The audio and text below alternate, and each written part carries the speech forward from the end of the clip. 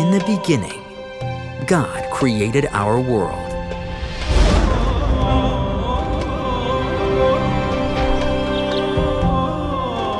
God created man out of the dust of the earth. From the man, Adam, he created the woman, Eve. And he placed the man and woman in a perfect garden. God took pleasure in his creation. He provided the man and woman with everything they needed for a happy life, including the blessings of his presence. You may eat of any tree in the garden, except of the tree of the knowledge of good and evil. For when you eat of it, you will die. And so the man and woman were content to do as God commanded them, and they were perfectly happy. But God had an enemy. Before he created the world, he created angels. Powerful and majestic, they did God's bidding, and among them there were ranks and responsibilities. But they had one thing in common.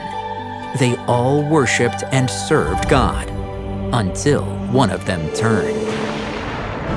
Lucifer, the light bearer, became envious of his creator. I will become as God! 1/3 of the angels followed him. And there was war. Punished by God for his arrogance, pride, and rebellion, Lucifer and his followers were cast out of heaven and away from God's presence into a place called hell.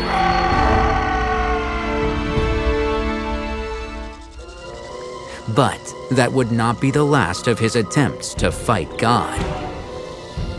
Lured by his evil desire to spoil God's creation, he entered the garden and tempted the woman with the same sin that had been his downfall: pride.